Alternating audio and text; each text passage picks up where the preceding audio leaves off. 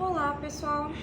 Então, hoje nós vamos dar continuidade à aula da semana passada, que a gente falou um pouco sobre identidade, né, esse conceito de identidade, e hoje a gente vai falar um pouco sobre ideologia, que é bastante utilizado também nas ciências sociais, bastante utilizado na antropologia, nos estudos da cultura, né? E aí a gente tem a Marilena Chaui, que é uma filósofa brasileira, e ela vai descrever a ideologia como sendo um conjunto lógico, sistemático e coerente de representações, né, ideias e valores e de normas ou regras de conduta que indicam e prescrevem membros da sociedade o que devem pensar e como devem pensar, e o que devem valorizar, o que devem sentir e como devem sentir, né? O que devem fazer e como devem fazer.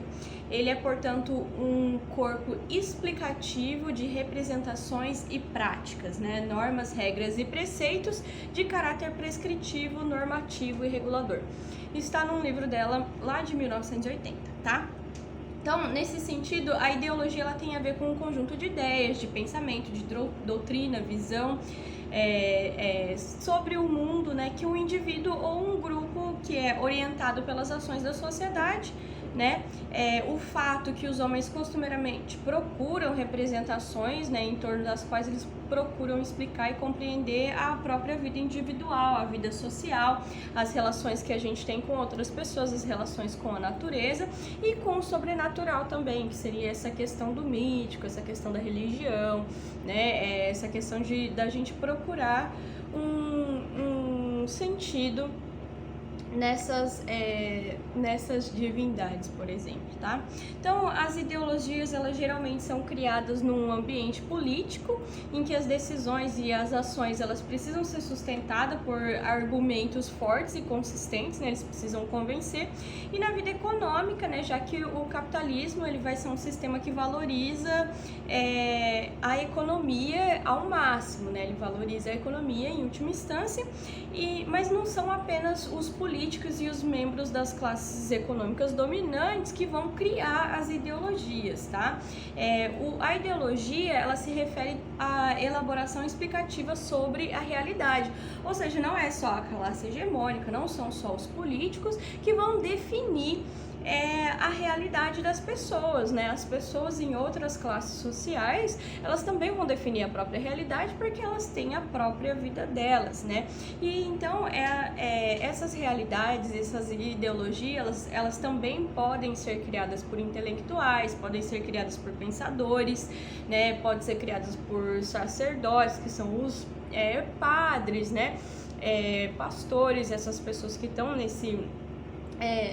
nessa posição dentro de uma religião ou outra, né? Filósofo, cientista, professor, escritor, jornalista, artista, dentre tantas outras profissões que podem gerar uma ideologia no povo, tá? Nas pessoas. Então é impossível a gente pensar as relações sociais sem esse direcionamento, de certa forma, abstrato da ideologia, tá?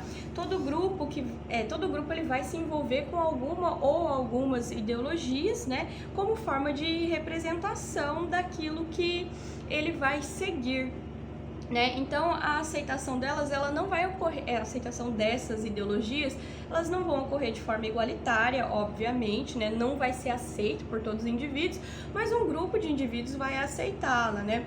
Então a sociedade, ela está em constante transformação, então ela a todo momento está aceitando novas ideologias e criando novas ideologias, e essas ideologias, elas podem ser aceitas, e normalmente elas são aceitas pela maioria, né, que compõe tal grupo, ou elas podem ser rejeitadas, tá? De modo que as novas ideologias vão sendo criadas nesse contexto, no contexto histórico de uma sociedade, beleza? E aí, gente, pra gente falar de ideologia, a gente pode usar como exemplo aquela música que é super famosa, do Cazuza, de nome Ideologia, né, que foi lançada lá em 1988.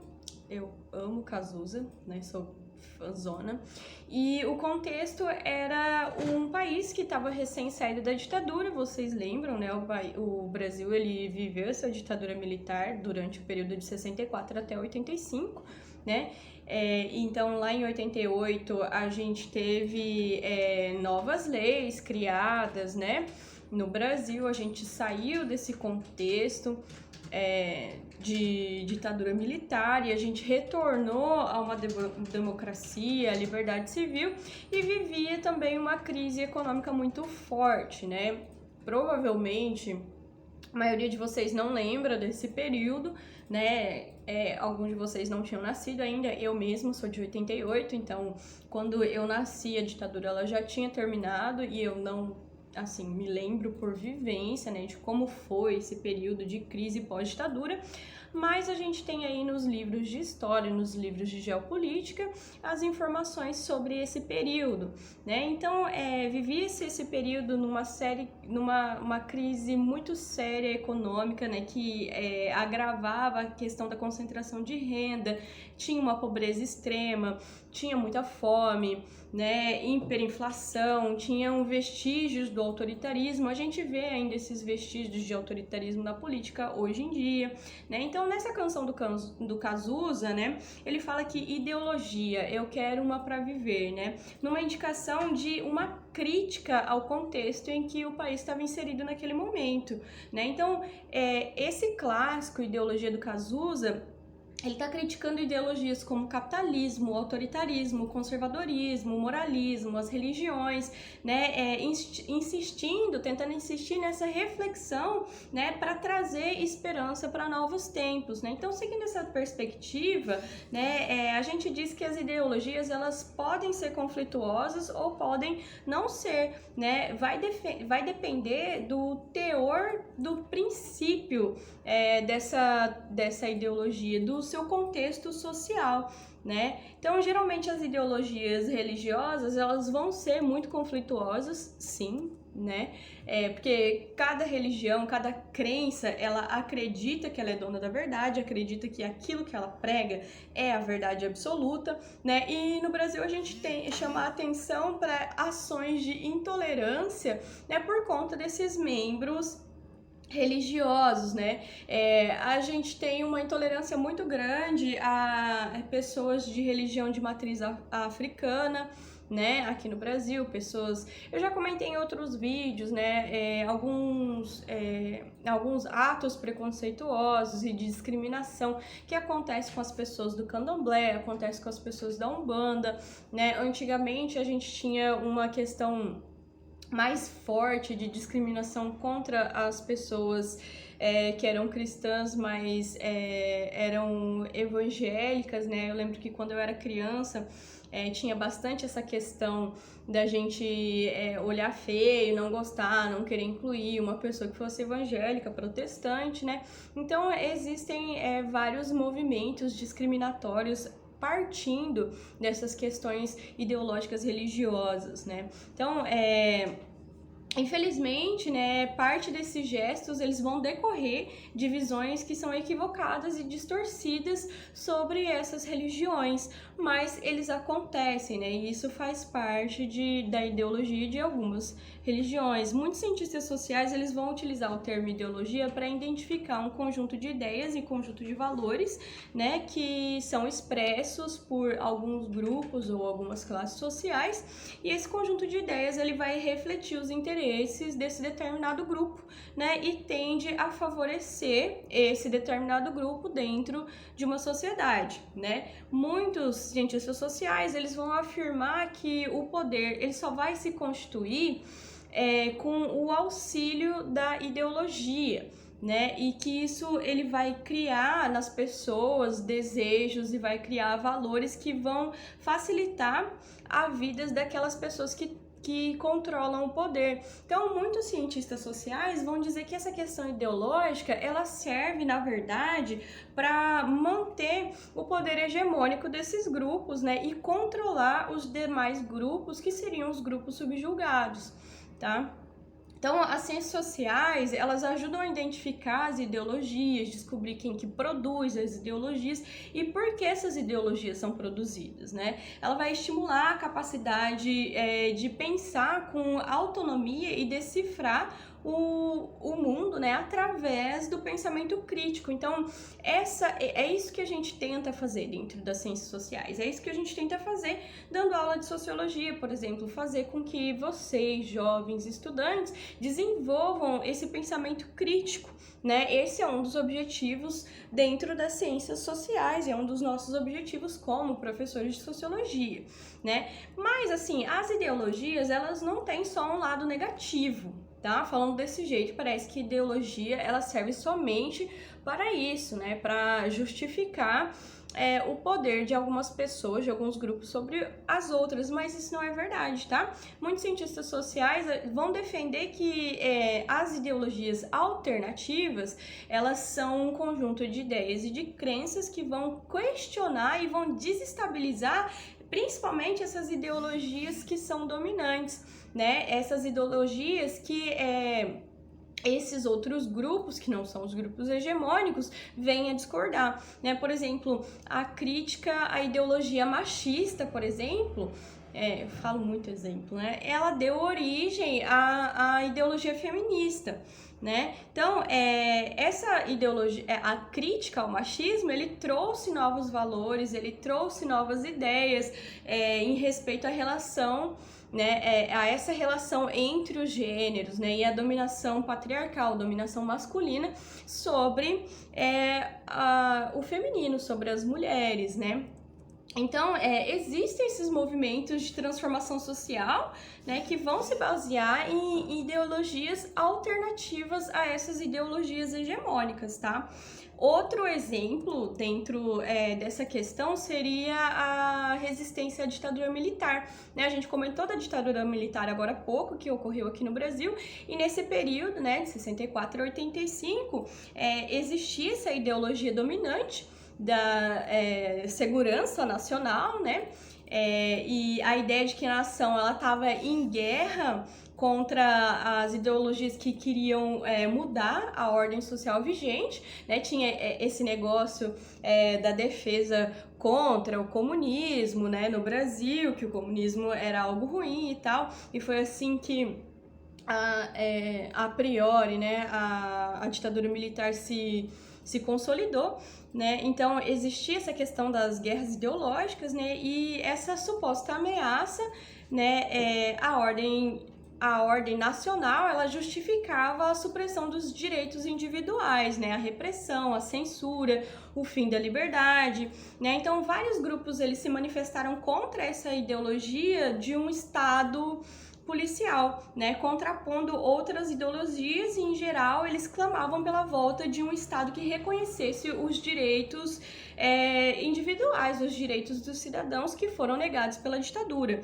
né? Esses grupos, eles defenderam as ideologias que eles consideravam melhores e mais justas para a população, né, em contraponto com a ditadura, né, e muitos deles chegaram a defender a luta armada, inclusive, como única forma de resistência, né, enquanto outras pessoas, elas defendiam as mudanças sem recorrer à luta armada. Então a gente vê aí que a ideologia ela pode ser utilizada nos dois pontos, nos dois extremos, né? A gente tem ideologias que contrapõem uma outra e servem para lutar contra as opressões diárias, né?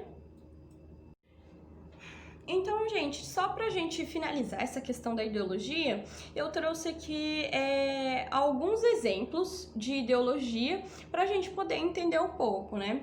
A gente começa com a ideologia nazista, que surge lá na Alemanha, ela vai ser disseminada pelo Hitler, o Adolf Hitler, né? Principalmente entre as décadas de 1930 e 1940, e ela vai se caracterizar por ser autoritária, por ser expansionista e militarista, né? Vai defender o que eles chamavam de raça ariana, como uma raça pura, uma raça superior às demais pessoas, né? E que os judeus, portanto, por não pertencerem à raça ariana, eles deveriam ser exterminados. Hoje em dia, a gente ainda vê grupos, né, de ideologia neonazista, né, com ideias que são extremistas e tem esse cunho racial muito forte.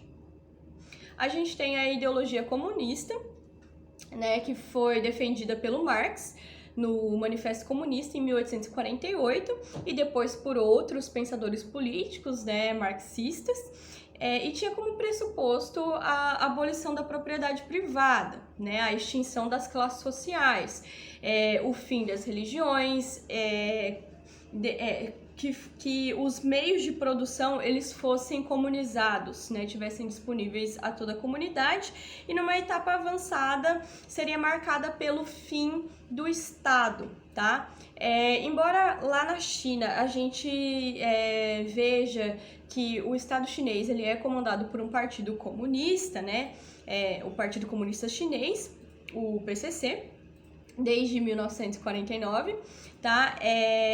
E também a gente teve lá na União Soviética, né, de 22 a 91, um partido comunista socialista.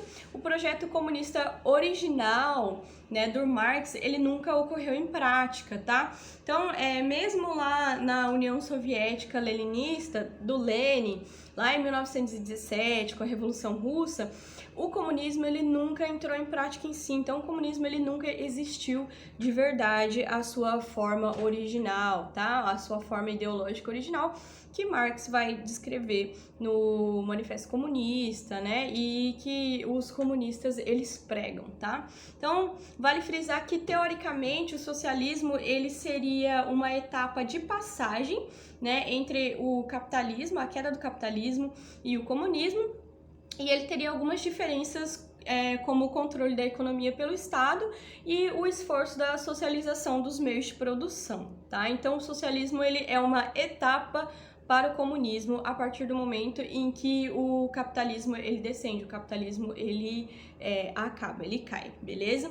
Então, a gente tem a ideologia democrática depois disso, que vai surgir, ainda que de forma restritiva, lá na Grécia Antiga, mais ou menos século V a.C., tendo como ideário a participação dos cidadãos na vida política. Lembra que essa questão de ser um cidadão era muito restrito lá na Grécia, né? Não eram todas as pessoas que eram consideradas cidadãos, beleza? Então, na modernidade, ela vai ser marcada, a democracia, né, vai ser marcada como uma democracia participativa, na qual a gente vai eleger um representante por meio do voto, né, pela liberdade de expressão e por amplos direitos universais, e é o sistema político que atualmente é vigente na maioria das nações, na maioria dos países, tá?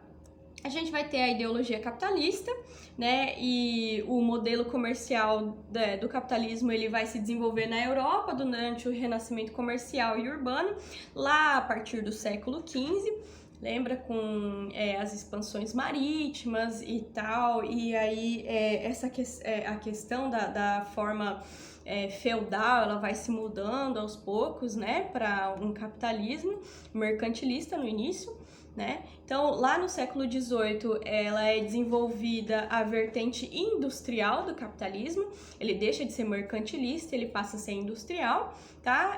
Graças também à Revolução Industrial inglesa, e para chegar ao formato que a gente conhece hoje, ainda foi acrescido o que a gente chama de capitalismo financeiro, lá no final do século XIX, tá? Que está ligado ao desenvolvimento da burguesia e visa o lucro, a acumulação de riqueza, ao mesmo tempo em que ele gera uma concentração de riqueza desigual da sociedade, tá? Isso é uma questão, assim, do capitalismo, né, de como o capitalismo funciona. Para ele funcionar, ele precisa que haja essa desigualdade entre as classes, ele precisa de uma classe dominante e ele precisa de uma classe trabalhadora, beleza?